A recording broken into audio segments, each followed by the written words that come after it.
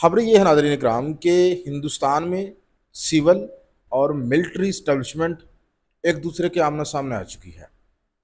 पहले हम पाकिस्तान में सुनते थे कि पाकिस्तान की सिविल और अस्करी जो इस्टेब्लिशमेंट है उनके दरमियान दूरियां बढ़ रही हैं, लेकिन अब ये खबर जो है हिंदुस्तान से आई है।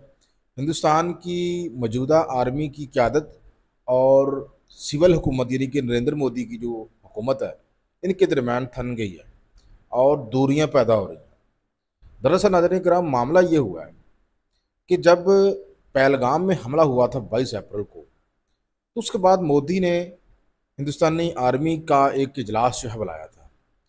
तो इजलास में उन्होंने मुमकिन तौर पर पाकिस्तान में अहदाफ के हवाले से उनसे बात की और आगे से जो आर्मी है उसने मोदी के हाँ में हाँ तो मिलाई, लेकिन साथ साथ उन्होंने हिंदुस्तान की हुकूमत को यानी कि मोदी जी को ये भी कहा कि भाई अगर हम पाकिस्तान में इस तरह से हमले करते हैं तो पाकिस्तान जो है उसकी जानब से भी हमें रिस्पॉन्ड सामने आ सकता है, पाकिस्तान को हल्के में ना लें।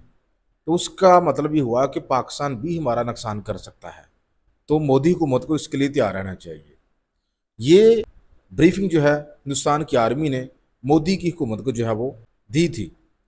तो अब नाज़रीन किराम आपको पता है कि हिंदुस्तान के जो चीफ ऑफ डिफेंस स्टाफ हैं जनरल अनिल चौहान, वो सिंगापुर में हैं और वहाँ पे उन्होंने ब्लूमबर्ग टेलीविज़न के साथ, एक इंटरनेशनल मीडिया आउटलेट है, उसके साथ गुफ्तगू करते हुए उन्होंने पहली दफ़ा एडमिट किया कि जी बिल्कुल पाकिस्तान ने हमारे जहाज़ जो हैं वो मार गिराए हैं। ये हिंदुस्तान की सरकारी तौर पर मिलिट्री की तरफ से पहला जो है वो एडमिशन था। इससे पहले मतअद्दद बार जो है मोदी हुकूमत को हिंदुस्तान का मीडिया पूछ चुका है कि आर हुआ क्या था, कितने त्यारे मार गिराए थे। जो पाकिस्तान तो दावे कर रहा है कि हमने हिंदुस्तान के 6 त्यारे जो है मार गिराए, जिसमें 3 राफेल त्यारे भी मौजूद हैं, उनकी फुटेज भी हमारे सामने आ चुकी है। लेकिन मोदी हुकूमत इस मामले के ऊपर बात नहीं कर रही थी, ना उन्होंने कभी कन्फर्मेशन की। हाँ, ये उन्होंने ज़रूर कहा कि नुकसान ज़रूर होता है, ये भी हिंदुस्तान की आर्मी की जानब से कहा गया, सिविल हुकूमत की जानब से कुछ नहीं कहा गया।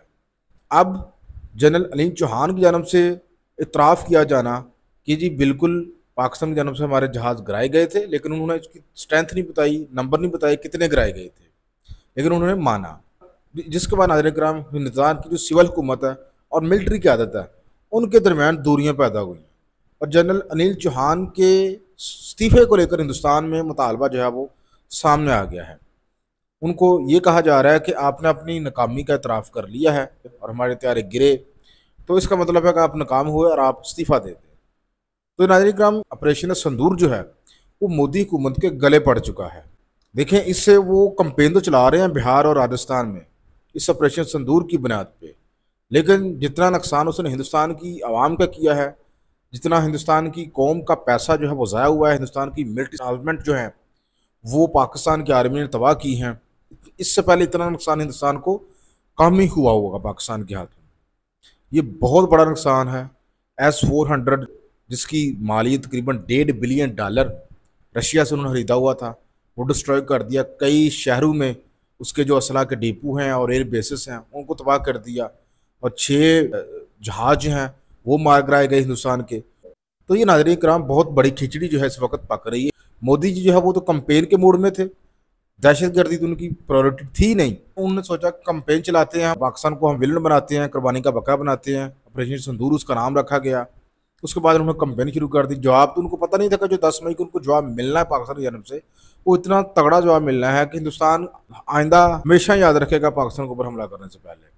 मोदी की कंपेन के लिए था ये, इसमें कोई दहशतगर्दी का असर नहीं था, ये आप जहन में रखें। दूसरी खबर नाज़रीन किराम तुर्की से आई है हमारे सामने।